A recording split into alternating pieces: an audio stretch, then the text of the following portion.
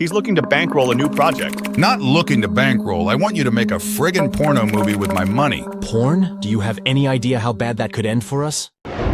For years after I wrapped up my acting career in adult films, I lugged around this same suitcase from apartment to apartment, never once cracking it open the whole damn time. I knew damn well I'd never need that suitcase with all my on-set essentials ever again. That whole world was gone, dead and buried. Died right along with me, even though the big guy upstairs is still putting up with this lustful flesh of mine. So while I still got time, I want to lay it all out there for you. The whole damn truth about me before they twist it into lies.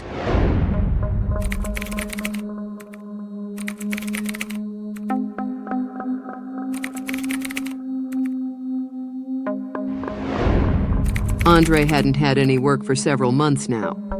He was sick of doing jack shit, sick of being broke, sick of writing up all these TV project pitches that just kept getting shot down. Moscow, Russia, autumn 2006, Andrei's apartment. Dima. Hey, slacker. Andrei. Hey, what's up? Dima. Can you come to our cafe now? I've got something to discuss. Without delving into specifics, Andrei got dressed. 15 minutes later, he was at the agreed-upon location. Meet Sasha, our cinematographer. And this is Ivan Ivanovich. He's looking to bankroll a new project. Not looking to bankroll. I want you to make a friggin' porno movie with my money. Porn? Do you have any idea how bad that could end for us? Told you he'd shit the bed. Andrei, we're going to Budapest. Everything's already set up.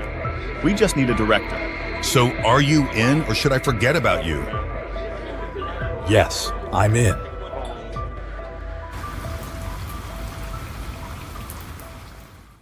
Andrei spent nearly the entire night restless in bed, his mind buzzing with excitement. The opportunity to shoot with Europe's premier adult film studio, coupled with a significant payment and a share of the movie's sales, ignited his imagination. The only concern that troubled him was managing his impulses. Yet as dawn approached, he eventually drifted off to sleep, dreaming of Paris, a city he had unexpectedly visited just before his wedding. Back then, Andrei had no idea that this journey would utterly transform his life. During a late-night walk through a less reputable district, Andrei observed a cluster of Russian women tourists gathered outside an adult film theater. He overheard one of them persuasively saying, "Girls, let's go. It's just an hour and a half, but the memories will last us a lifetime." From the poster, Andrei's gaze was met by the image of a striking blonde named Jessie Blonde. He purchased a ticket and made his way into the sparsely filled auditorium, finding himself seated next to that very group of Russian women tourists. They strategically positioned themselves near the exit, planning to discreetly slip out of the theater before the lights came back on at the end of the movie. The small island of seats was still as several pairs of female eyes watched the screen with envy, captivated by the portrayal of genuine passion by a blonde beauty. Suddenly, Andrei recognized that he couldn't restrain his excitement. What was this feeling? Was it mere lust, passion? Or had he unexpectedly fallen for the enchanting Jessie?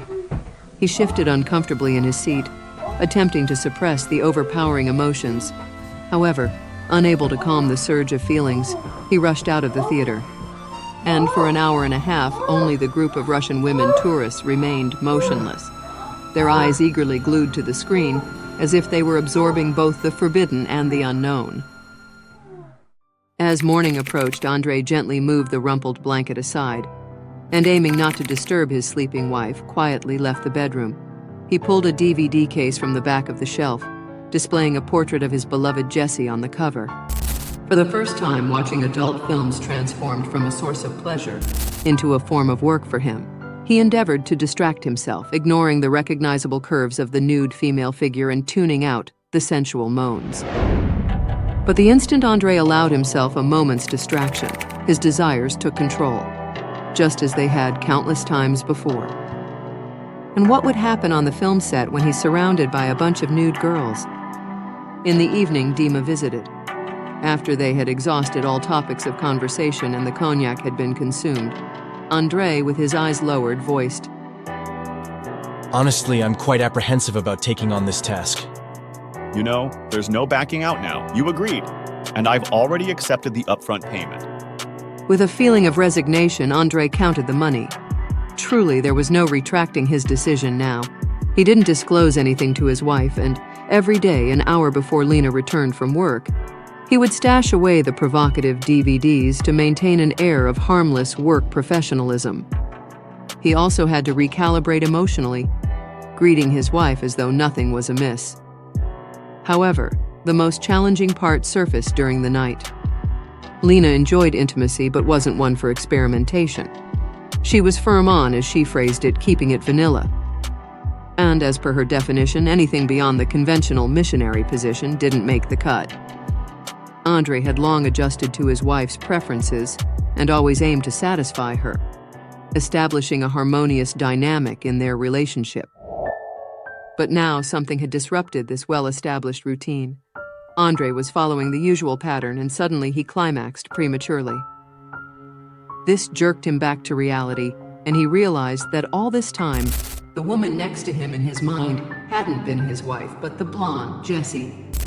Lena didn't catch on to this transition, and by all indications, she was nearing her own climax. However, sensing a lack of the usual firmness, she halted and pulled away. Andrei, what's happening? You can't get hard on me? Lena, I'm sorry. I came early, but I thought I could last. You thought you could last? My God, you don't have it in me. The morning was as bleak as the night had been. Lena departed for work in silence, not even pausing for coffee. Meanwhile, several dozens of letters from Hungary had arrived.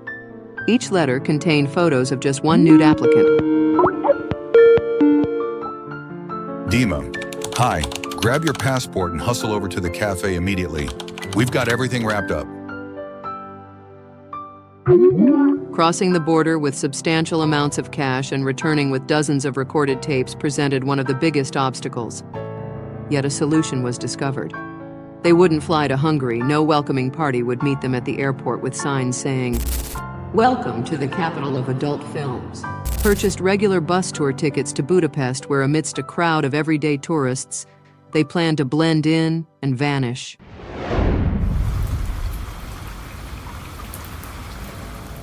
Well, director, are you ready to fuck the planet?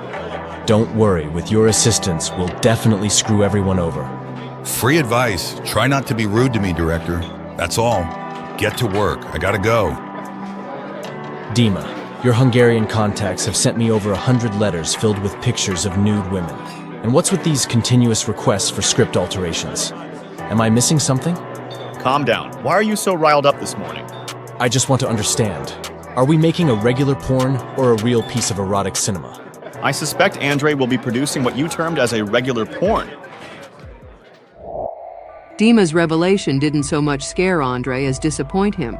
As a creative person, he wanted to try making something more or less serious in that genre, rather than settling for the classic cliches.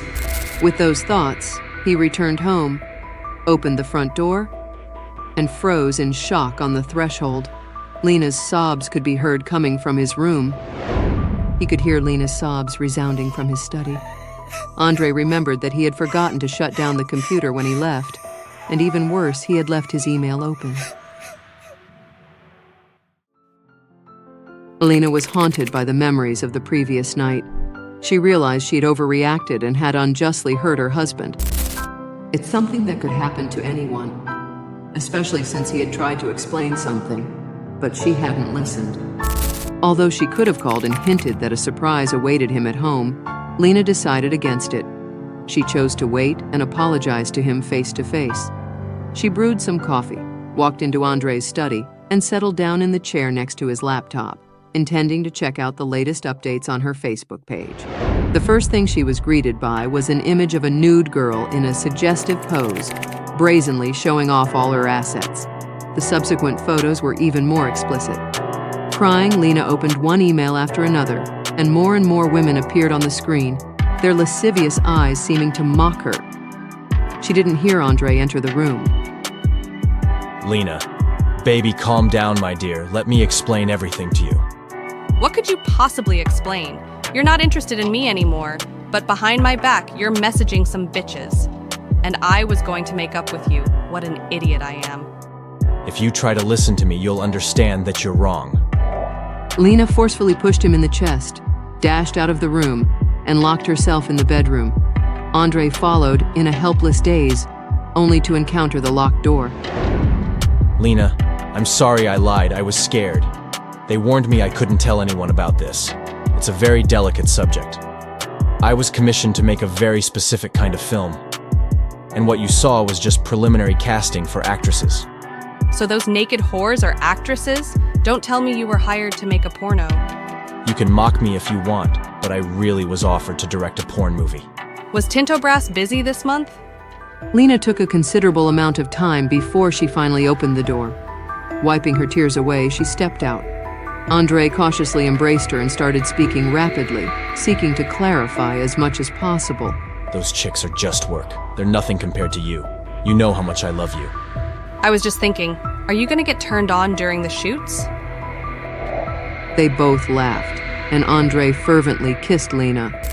No longer did she care whether the room was dim or brightly lit, whether their neighbors could overhear her moans or what was going on around them. She felt as though she was soaring into another, previously uncharted realm where encompassing passion seized not just her body, but also her consciousness. Lena was raised in a prudish family where the mere mention of the word sex would induce fainting spells. And even a brief sighting of a naked female breast on the television screen could cause a global uproar. To this day, Lena was baffled about her own existence. Even in her most terrible nightmares, she couldn't visualize the scene where a nude father and mother would go to bed to conceive her. Thank goodness you came over. I wouldn't have been able to handle this mess on my own. What are you talking about, Mom? How could I not come for Dad's funeral? I'm flat broke now. Got no clue how I'll get by. Guess I'll have to sell some stuff. What about Dad's garage? Why don't we sell that? You don't need it anyway. It's an absolute pigsty in there. Your father always promised he'd clean up that garage, but he never got around to it. Descending the steep stairs, she felt along the wall for the light switch. A moment later, the bare bulb on the ceiling flickered on, illuminating the small room. Lena's breath caught at what she saw. Every wall was meticulously plastered with photos of naked women. There was everything. Yellowed newspaper clippings from the early 90s, glossy pages ripped from modern mags, some medical diagrams, vintage nudie postcards, and so much more. Lena stood in the middle of her dad's secret temple of love, sobbing. After composing herself, she gently peeled each photo off and stashed them in her bag. Mom could never know. Let this be their little secret forever. The morning started off great. While Lena was luxuriating in the shower, Andrei made her coffee and whipped up some scrambled eggs. She ate with gusto, kissed her husband, and dashed off to work. Now he could calmly wrap up yesterday's tasks. Andrei opened his email. There was a new message from Hungary in his inbox. They'd approved the latest script draft and were waiting on his actor picks today to start pre-production. Completely unbiased now, Andrei reviewed each of the candidates.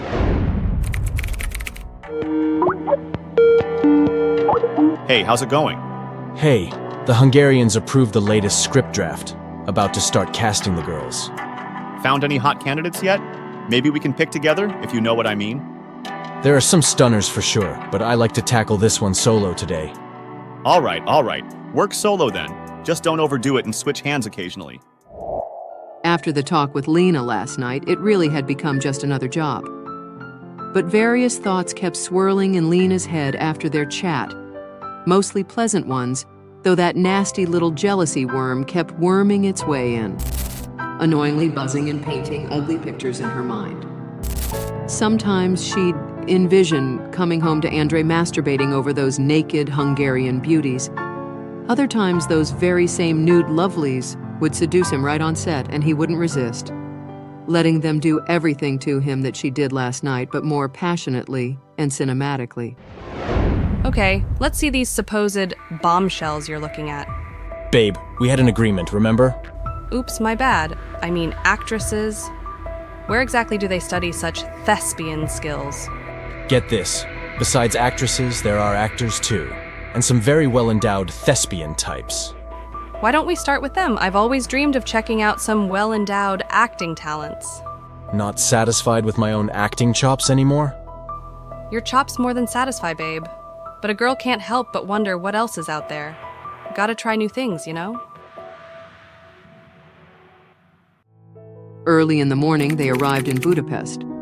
Andrei glued himself to the window, gazing at the landmarks passing by, bathed in the rays of the rising sun. He realized that it was unlikely he would have the opportunity to leisurely explore the city on this trip. Yet at that moment, he couldn't possibly fathom the surprise Budapest held for him just a short while later. Merely an hour after checking into their hotel, they were already stationed outside the entrance of the film studio, awaiting their tardy translator. Finally, she materialized. They say certain people are perfectly impossible to ignore, and she certainly belonged to that category. Good afternoon. Apologies for being late. I'm Teresa. I'm the one you've been corresponding with. It's a pleasure to meet you. I hope our collaborative work will be equally enjoyable. I guarantee satisfaction. If anyone had speculated what a studio responsible for creating some of the best adult films in Europe might look like, then they could easily rest easy and discard any fantastical images they had drummed up.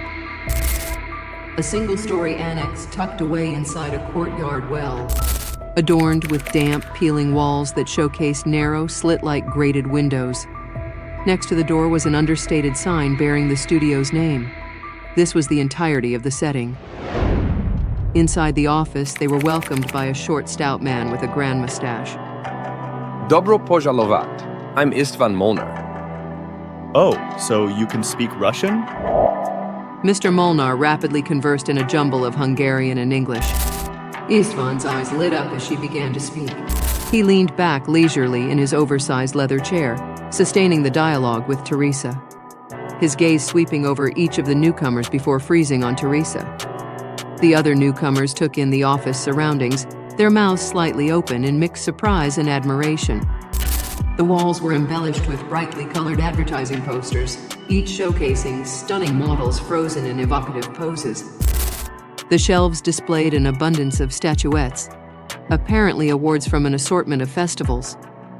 Any leftover space was crowded with photos showing their recent acquaintance arm in arm with the world's top adult film actresses. Mr. Molnar is pleased to meet you. He prefers to go by Monty, his artistic alias. Naturally, he'd like to start by discussing financials. It's pretty cut and dry when it comes to that.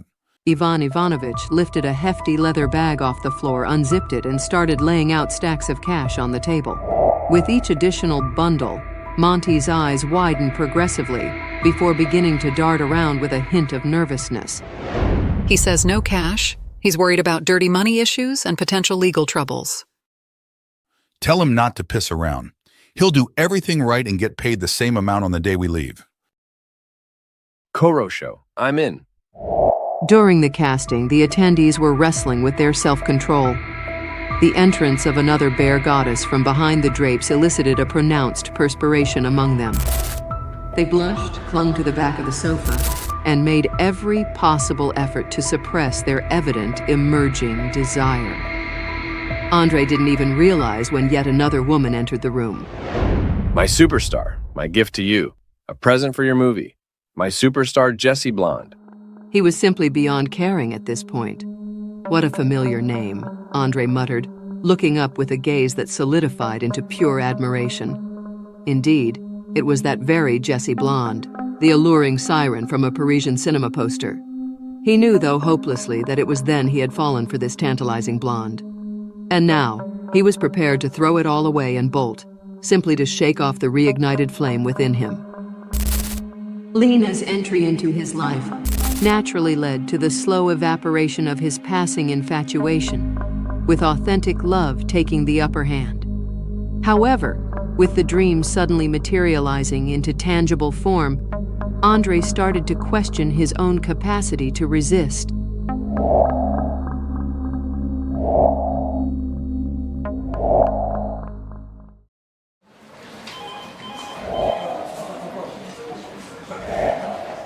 Hi, who Who am I and what am I doing here?